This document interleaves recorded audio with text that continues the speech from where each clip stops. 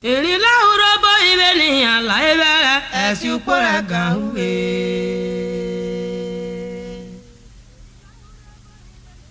Eri la urobo ibe ni ala ebere esi ukpora gawe. Ugori mirega obe keranya wa ha fora mi ama beri afo. Emweje fakware eruro tetere sikure kanyenye se marebera. Miye gbekurapo miya tate tovo marapo mirinu abeta ebia ha siraga naru ke ma faworu fuge miye furi ruru bebe barolio ruru aye Johnny orun Johnny ogolobe ha koyo gini ore ajebra fire te la mebia bera agwede ferore tengbe ko bera ewe ya gare mu sipora yo ofunu ko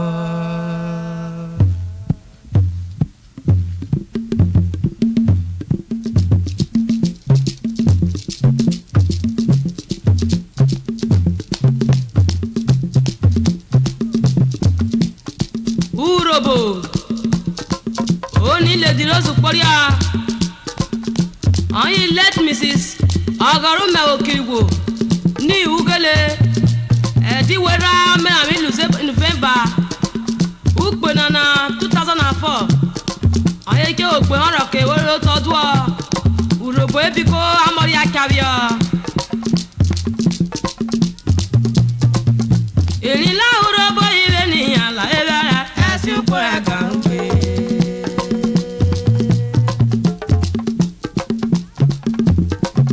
elila urogbo ire ni ala ebere esi ukpora ganwe ugori mirega obe karanya wa ha fora mi ama beri afu emweje fakware eruro tetere sikure kanyenye se marebera miye gbekurapo meya tate tovo marapo mirinu abeta ebia siraga naru ke ma faworu miye furi ruru bebe barolio ruru aye Johnny orun Johnny ogolobe akolo gini ure ajebra fire te la mebia bera agwede felule tengwe ko bera ewe ya gale musiko ayo afunu ko owo ki odogun magela obe maso magela na beru yere wori kowo irigo ra chosera orere gini amakobiruwa jade ogolo wa wari kokoro do wa wari o to re primary ko pe college orere ruri emra akari Johnny oyin senior prefect ori sukuru na gbori 1983 ori nwuto ala na Johnny ma ekure were kufia efuru pe yina company ri DSC kari robi iro omo yo madomo ibri ga nori aye ha ugwo babo uguru emure bra obona kat palama urejo Joshua adir wala diba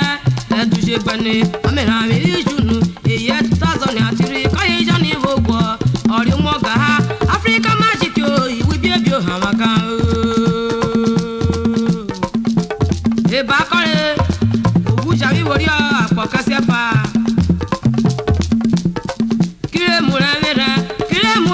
Johnny okolo weri wire yo ado e paga kicho Johnny ogini kure asudu ikederi agbo datana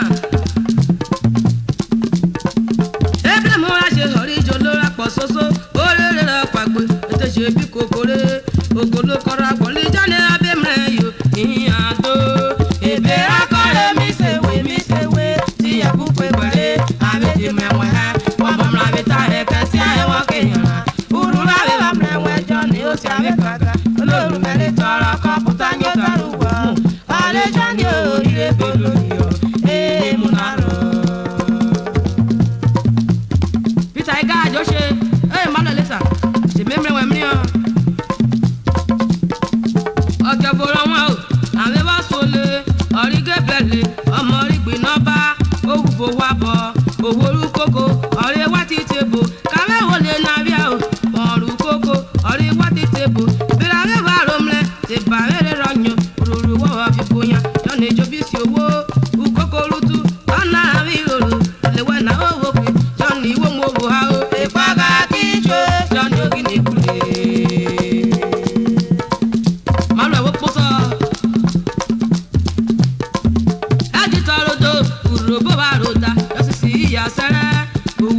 Johnny owiro bi ebe apoje nyoro rere ebeli wure Johnny ogolo bi jigure anego logu bumba o ami o feje ka ha George dike oloro kwa na sarawe eriru merio ori Johnny dike o segbe maju alegbo amu yara kwagbe onu resi presi àwọn pomi aye kitiyin aya besawe bishop okaki osegbo na biaru jere Akọkẹsíẹfà eniwa eri emuru iwoda beri wafa ina romawana romawa ogana biko ori akpona kere owere ogbemre na ko bowo ipaga kisho Johnny ogini bure malo leta nyomio Benjamin ya efe owo tosibito Johnny bure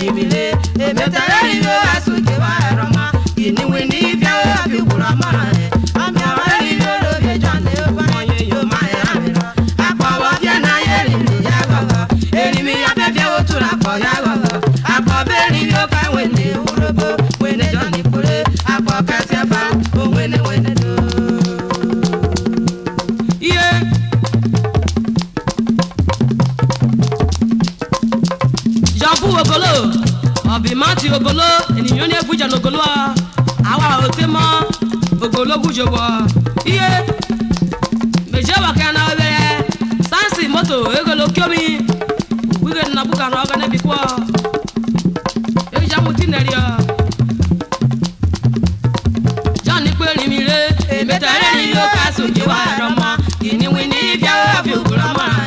ami ore ni mero bi Johnny boy yo ma e amiro akwa wa bia na ye ri yo ya gogo eri mi ya be bia otu akpo ya gogo akpo be ri yo ka we ni urobo we ni jo ni bole akpo ka se fa iho we ni do mo iye oho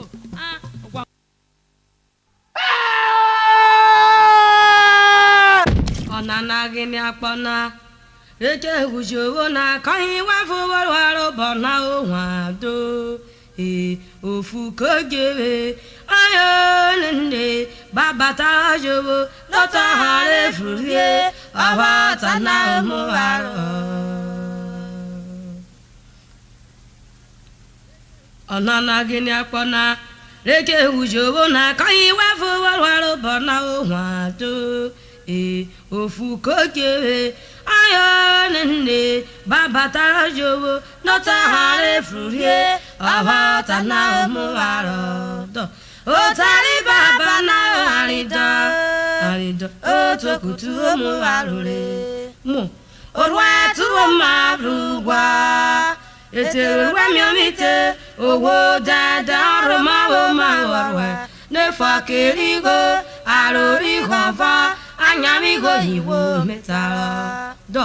agana bi komise mera omo brajale Nigeria umwengu Nigeria umwengu na garare iwori gugureku efuri Nigeria my god iburore egbaruru yeri yo maori rowo mewa misaka twegba otari bichi aroto kutukiti yembe abemre dika danya ugu otara kpona mewa witi nana egwugu na yohera agana wosumu akibebu meya mragana o marike dena biroro na gana rwadi ozigara gagbemre mitotari bijina unu joye bota iwigire ya na tekpa ifyo ehana pesabato vepate ibi unuka ovaroro kadamenu ibu ipete ihun fipu emori sukuru ibu ipete ama boba foye fumire na boboga irimiye ota kire mashuare ibekuri warapa tiyomiri warapa efete ndeje etereye wi malu bekura yote mana ediwe gbarare ame averi me eya 2000 afọ agana woto agana bia ubiaro to kutu apapara mepa jejiro mi jiraba oleto jowo ja iberibe to emeto gba won ga ona ko darode awasi roboma iwa farike ko ga na kewejo iha wasu aire ori krivre mana no gboro to kutu mosha odari wo urobo ja osuwo ojo yoruwa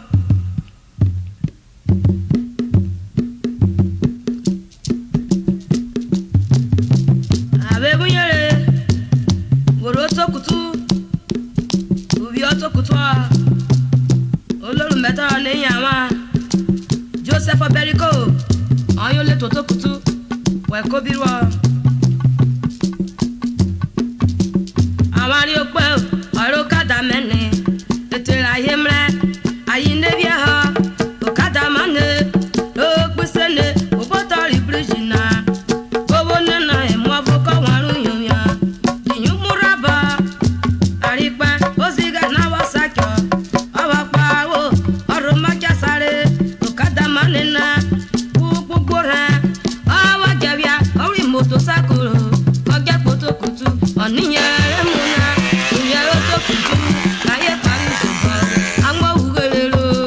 oto kutu agbana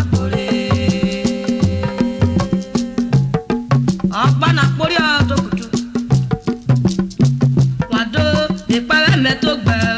ara popo bure ewo egba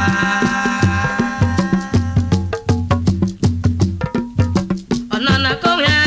awo mwagana ori emure we mo ba police aye sasa ameteta anyawe o lala abi popo gbe oro teta onana ko oworo ja owo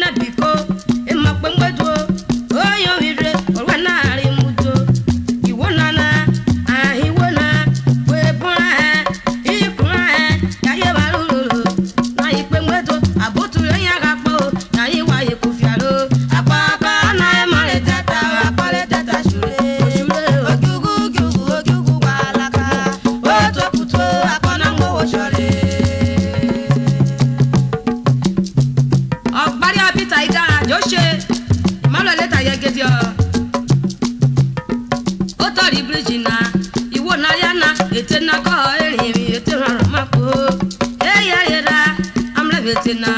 ofo gefa ba elapa mo fo erin mi ye bi mo fo ale lopa mu na àwọn le lopa na me baba yiru wa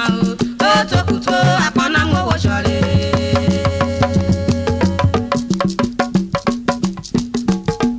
akore Nigeria owo ye shurio elapa ye mo wo na kan yi wowo won apondeje ayi ye ti bonro owo gbe bi njo fa ha aso fore da foyan o ne ke mo o wa ma fo o le rere pa elapa ye mo ase na o be na na me se wa na ma ama le lapa na aje ina o baba ye ru wa o apa pa na e ma le teta wa pa le teta shure o shure ojugu wa la ka to kuto apana mo wo sore ave muye worry lovely sister social club oye ginia owo ki Mrs. Wage Orogun oyin sale dirayo olorun mo saba neyan ma ayo bori wiwo na edife ayin maroma edani be ekena of oderi shoshe oro keka ibyo darwe piti ajo shone ore we ti hina ete oriana e ba ga foro o yana wo mu ikio igiri data o yana e ko shepe ore we hu be fun ete oriana iyan mi ti pekun ori wo apo ona aje bravo amoruge ore wori data apo shure ore makati rotu e furi wori ocha e to kun yomi isoja be wa fa e to na ke ga ye se yin wigya e tele na wo tuge e mu ve ro ko bi ya e mu ra ko be yomi oru fare fare o gba rwe e mu ra ko bota ko ma mo re won o gbu be ko rwe o be fu ko ma mo ro wo e mo ri data ma ka o to kuto apana mo wo sore e jo bra ba uru arwa wo na ya be da ko jo shone e furi wori ọmọ ya na jese mu e woro woro orwa oro magwi mo ba fonu abe mo yoro e wore puro ya jese mwera na abe mrewo awo na bo fere iyo ma moro wo ori wo joma ko wori Yoruba de mu wa eka iwo na mi wi jowo ugbo je nwere akere ma ba bawa da be na iwori de na ila iwo na aye ma iwe ayiwe mo ra he ala owe ajela owe oro ma la owe ola ola re obere re are wa mre o ko bo tora gada o apa na e ma le tata wa pa le tata shure ojugu wa la ka o to kuto apana mo wo sore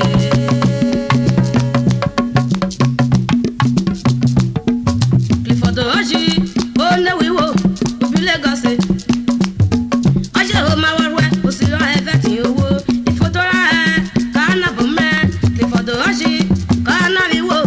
ó wí súyà ó máa rọ̀ kéèna èkìrí súyà bí Lagos kò rí ṣe pọ́tọ́ èkìrí tí kò jírí pọ́tọ́ sọ́nà òwúrọ̀bọ̀ àbẹ̀rẹ̀ ẹ̀hẹ́n ọ̀rí tí kò na kò rí jẹ́wọ́ fọ́ ètè rí mẹ́kánná ìwọlé tẹ̀ná ayẹ̀rọ̀ àríà ẹ̀ ìlọ́parí Nàìjíríà káyé mú Clifford Nigeria o ta fo Clifford e ma o amajara ba o wa na me ba o me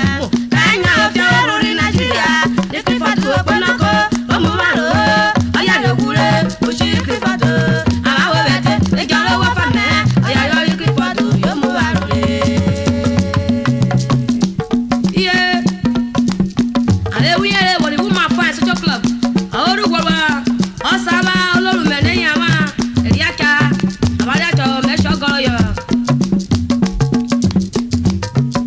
Alubi church na ayi modelo ma na ira rete na e prophet na ire bene ayi we more mi ama ege mo ko serio prophet edi we church u bonisha emu yaga edi ko yese ete oni chafaba ayi ne mo gore iwori deri Nigeria ka mo no jodi ari e ogene yata ni woru tere ogba ode na ko pawele olori wo gba ete ogene ọwa mogba ete na mo pe e mori bakasi aye yo le sare kayi ri mojo kare moto ore prophet abana boriro ikwe gbore prophet o e jawugero o to kuto apana mo wo sore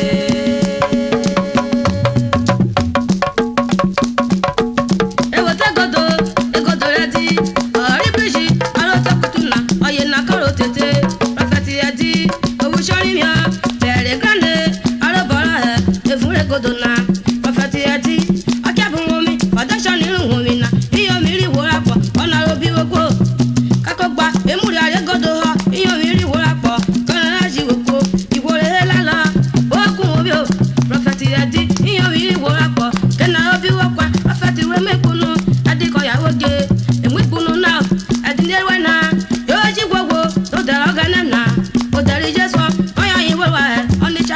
kuye man of God kogia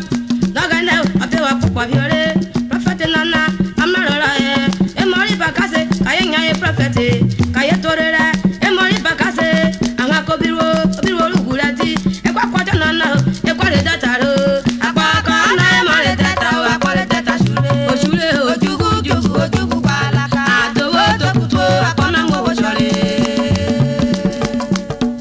po o boy su Nigeria sai mi oyo we wa isu si wa isu sai mi oyo we wa isu orobo me feri ha apore Nigeria ofura ijowo atetare bebe tabitine e faja meje tabo arewa mrere o ko botora gada o to kuto akona ngo boshore agboba apaka na e mare data o apore data shure ojugu balaka o to kuto akona ngo boshore